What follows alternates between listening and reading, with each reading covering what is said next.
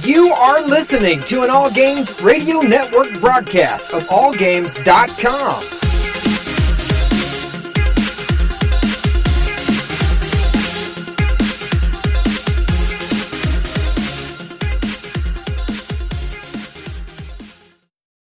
Hi, this is Normie from Knuckleballer Radio and Zombie Cast, and you're listening to one of my favorite shows on the Geeky Antics Network. Don't forget to check out the rest of the gang over at geekyantics.net. Warning, there might be rants and food ahead and possibly inappropriate behavior. Don't tell anybody though.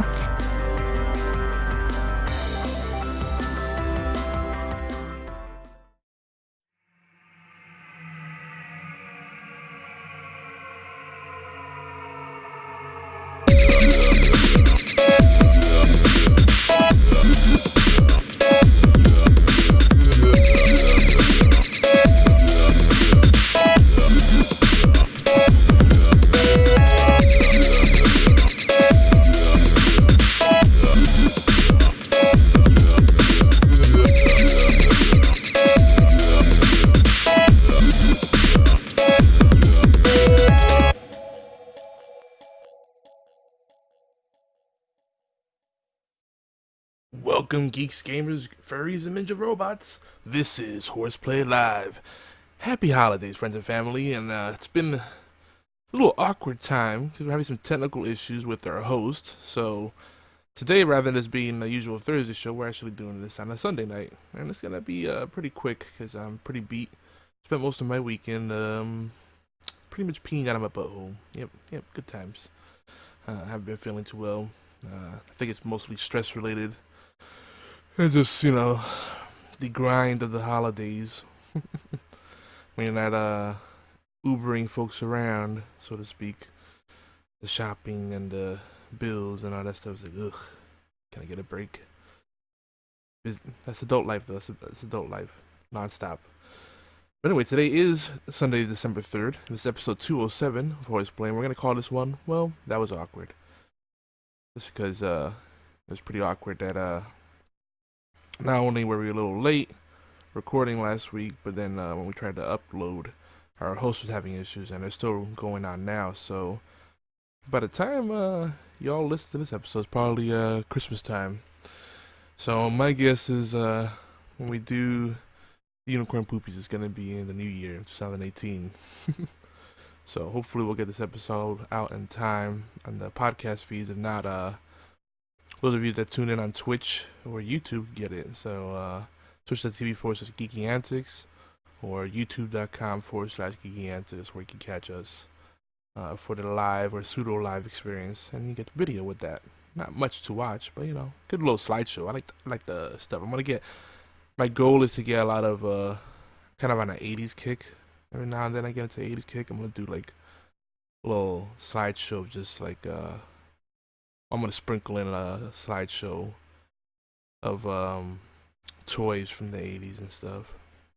Maybe some TV shows and whatnot. And that slideshow's getting pretty big. There's all kinds of random stuff in there, video game stuff and movies and TV shows, some comic stuff, a little bit of everything. All things geeky. Now, when things are normal, quote unquote, we do the show every Thursday at 11 p.m. Eastern. That's 8 p.m. Pacific, 4 a.m. GMT. Yes, I'm late. I know I'm late. Beard's giving me a hard time. And early in the day at 5 p.m. Eastern, we do our reruns at allgames.com. Make sure you check them out. Lots of great shows over there. This is primarily a comedy show, and it's definitely NSFW, so kids, get your parents' permission first. So, I already mentioned the issues with the technical issues, so no need to get into that. And housekeeping. Again, schedule is going to be sporadic with the holidays. Got to get it in when I can get it in. One of our other flagship shows on the network, Gaming Death, is now on Tuesdays. So if you want to check them out, twitch.tv/Gaming Death. If you want to join us on Discord, geekyantics.net/Discord. That's a free chat server. So anywho, So I'm gonna keep this one short. So in the midst of not feeling too well, I've been doing a lot of showbox, the seedy underbelly of TV, and they have some good articles they grab from all over the place. They had a little fun one that was celebrities with famous parents, and one that stood out to me. There's a lot of ones that were great, but the one particularly stood out though was Kitty Cassidy from. For me, she's a character from Arrow, who's hit and miss. Yeah, they love her, you hate her. She had her moments though, but she's back again on the show after I guess a brief departure. Um, she's been on Supernatural and some other things, but she's actually the daughter of the late David Cassidy. I thought that was kind of interesting. David Cassidy of Porch Family fame.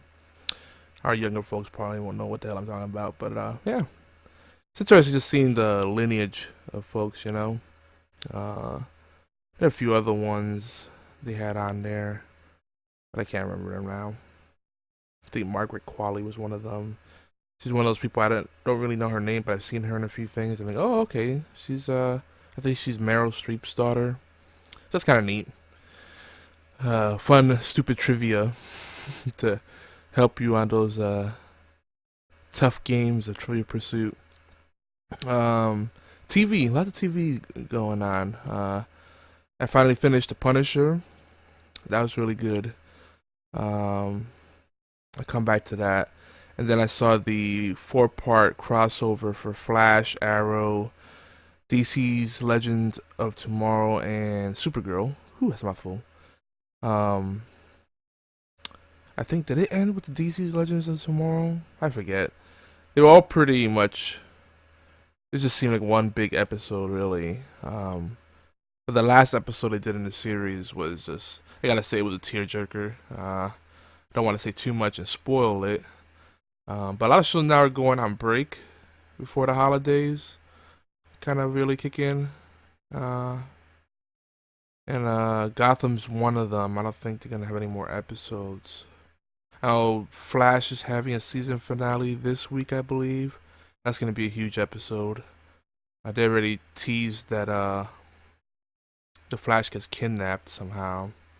And apparently this guy, Devo, whatever his name is, I think it's Devo, but I'm gonna call him Devo. He's so smart that he could counter super speed. You think about it in these superhero shows, and just generally in comics. Yeah, kidnap the fastest man alive. Super speed would have to be probably one of the best powers if you really think about it. Just think about it for a second. If you're super fast, it would also assume that you could think really fast, right? Because you have to be able to react to keep up with that speed, So I'm finding, Flash has this challenge where you have to make the villains larger than life, right? So the past few seasons, it's been, the Flash wasn't really the fastest person alive, but he got faster and he pushed himself to the limits, and then he ended up fighting himself. Spoilers, They did that. They kind of took that angle again with the whole Crisis on Earth X 4-part crossover, which I really enjoyed. By the way, it's really really good. But a part of it was fighting the evil versions of themselves. And of course, the Nazis. So everybody hates Nazis. So there you go. Good times. Big dumb fun. Well, what kills me with those crossover episodes, a lot of times they feel like filler, because these characters go back to their normal story arcs, their normal lives, and it almost doesn't tie into everything else that's going on. But surprisingly, here they did touch upon a lot of the underlying themes, like how Kara's sister, what's her name, Alice? I forget. She's lonely and being a lesbian so hard, blah blah blah. No offense to the LGBT community. It's just they're going really hard with the homosexual thing, and I'm like, woof. There's like a lot of like guy on guy kissing, girl on girl kissing. I'm like, okay, we get it. Diversity, wonderful. Just in general, I think they just lay on the romance way too thick. It's like, let's just get to the action, please. But they, the CW, so they have all these little romantic entanglements and whatnot, the soapy elements. We just sprinkle it along. How did they get there? I don't know. Oh yeah. So they touch upon how like why she's lonely and like she started regretting her breaking up with Maggie because Maggie didn't want to have kids, but Sarah came in and they had like a one night stand. She's like, don't second guess yourself. If you decided to break it off, there's probably a good reason for that. Beard is chiming in here in the chat. Yeah, we probably don't want to go down that road because overly sensitive people out there. Want to get the SJW started, right? But those little things they do to kind of check off the boxes, right? Hey, he's a black person. He's a Latino. He's a Asian person. You got a gay guy. You got gay women. Hey, look, we got everything. Handicapped folks, we got it all. The pandering. It's shameless pandering, yeah. But I kind of take that stuff aside, and I'm like, you still got quality storytelling in there. Just sometimes they derail. There's just so much fluff packed in there just to kind of appease a wider audience. So it kind of waters down the main event. But even with that, great crossover. So yeah, the whole Flash thing. Super genius trumps super speed. I don't know. It's super speed. It's gotta be like one of the best powers you can have.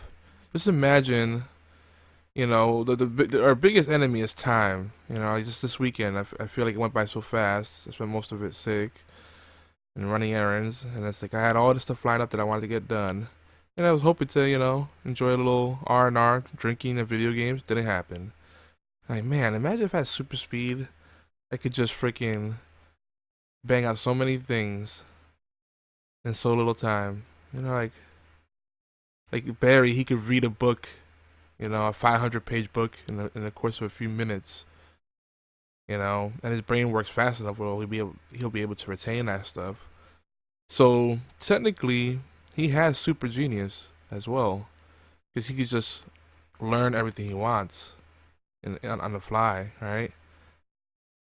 He could play a video at fast speed, like forward a DVD or something, and play it super fast. Actually understand what it's saying, Just all that stuff like that. It's like, damn, that's probably the best power there is. Travel. Oh, don't even have to get in the car. Just run over there real quick. Boom.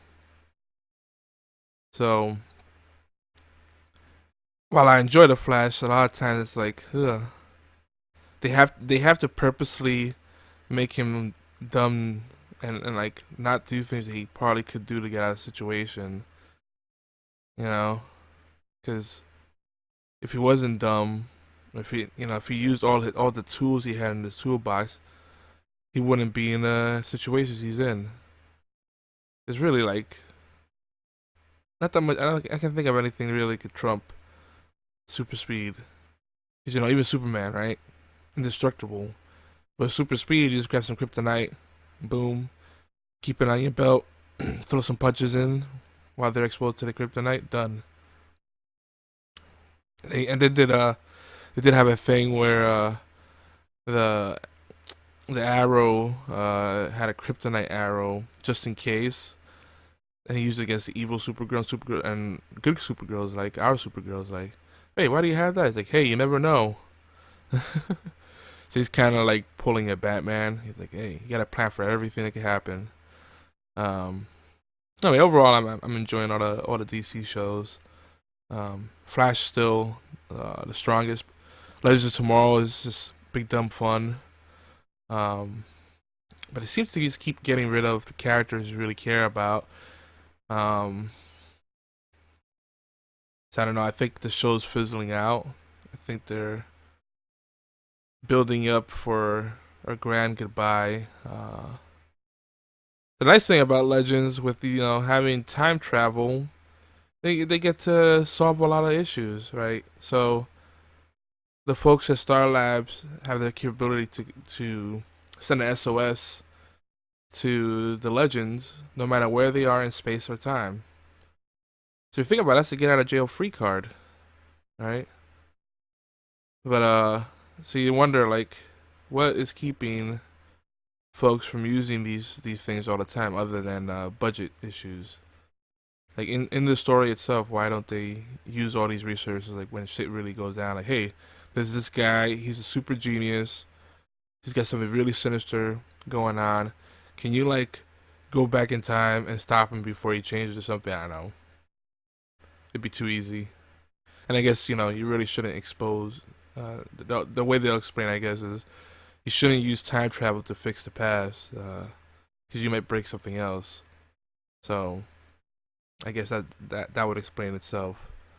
Still, I don't know. The Exorcist. Really enjoying that show. The last episode was pretty jacked up. I don't know how they're gonna get out of this situation. And it's light spoiler here.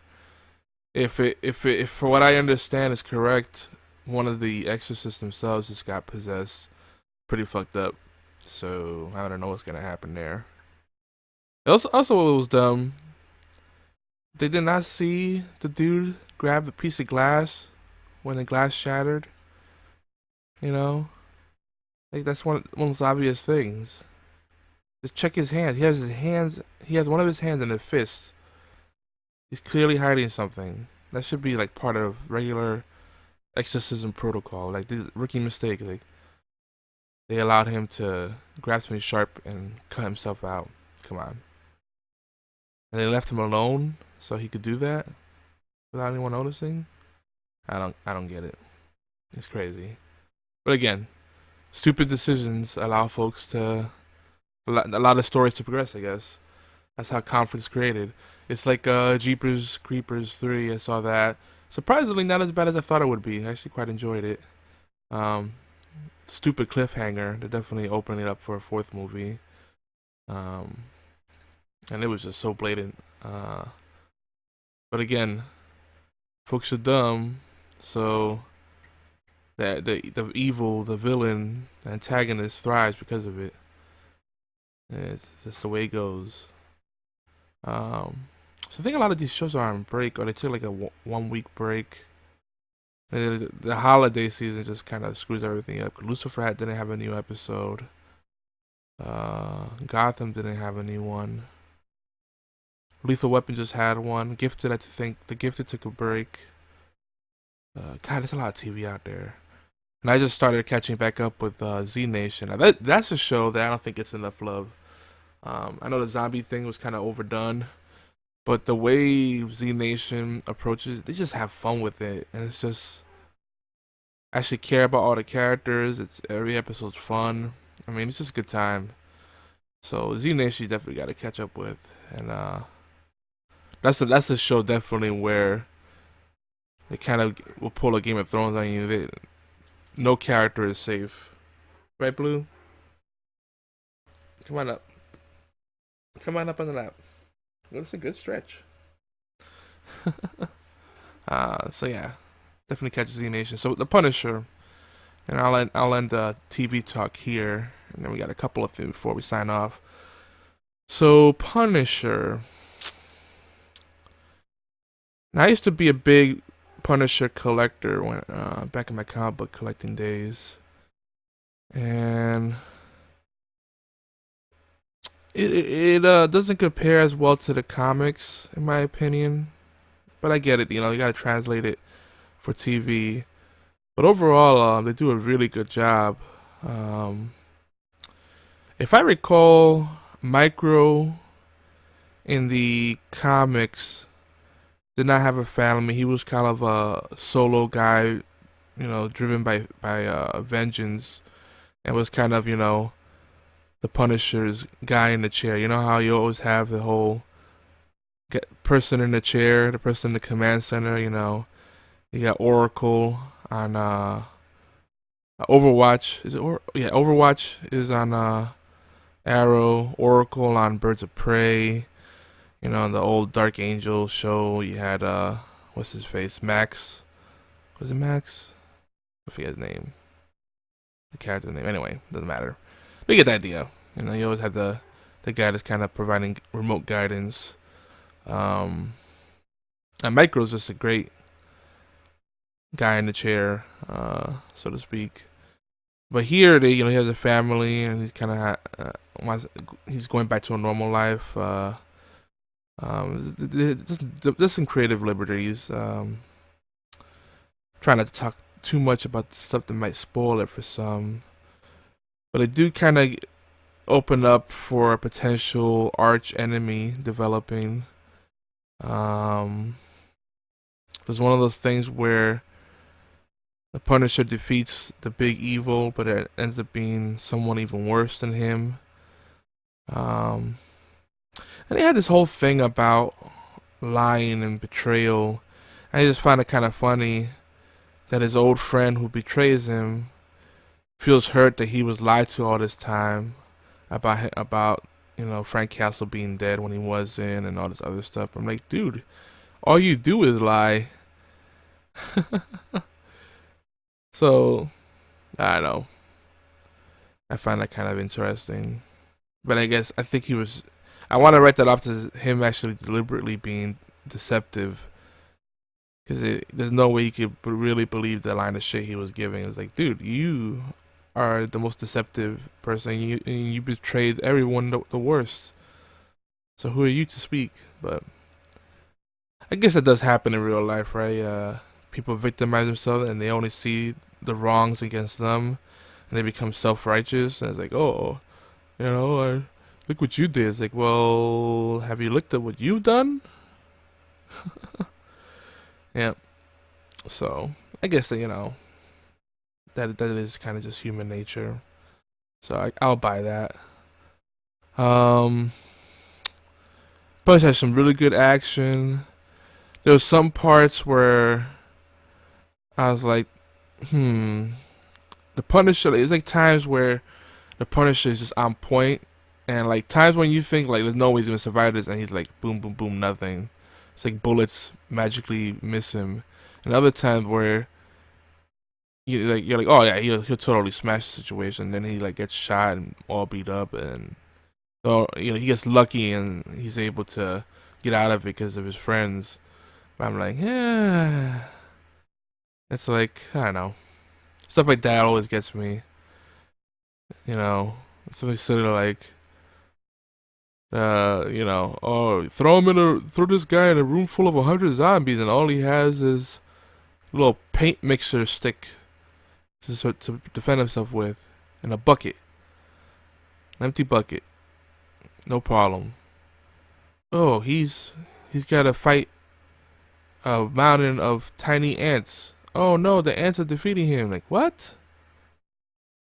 It's just silly stuff like that. I don't know. And if they're emotionally distraught or distracted somehow, I get it. But sometimes there's just no justification for it. It's like just random sloppiness. But I guess again, they're trying to make it more realistic. People are not perfect.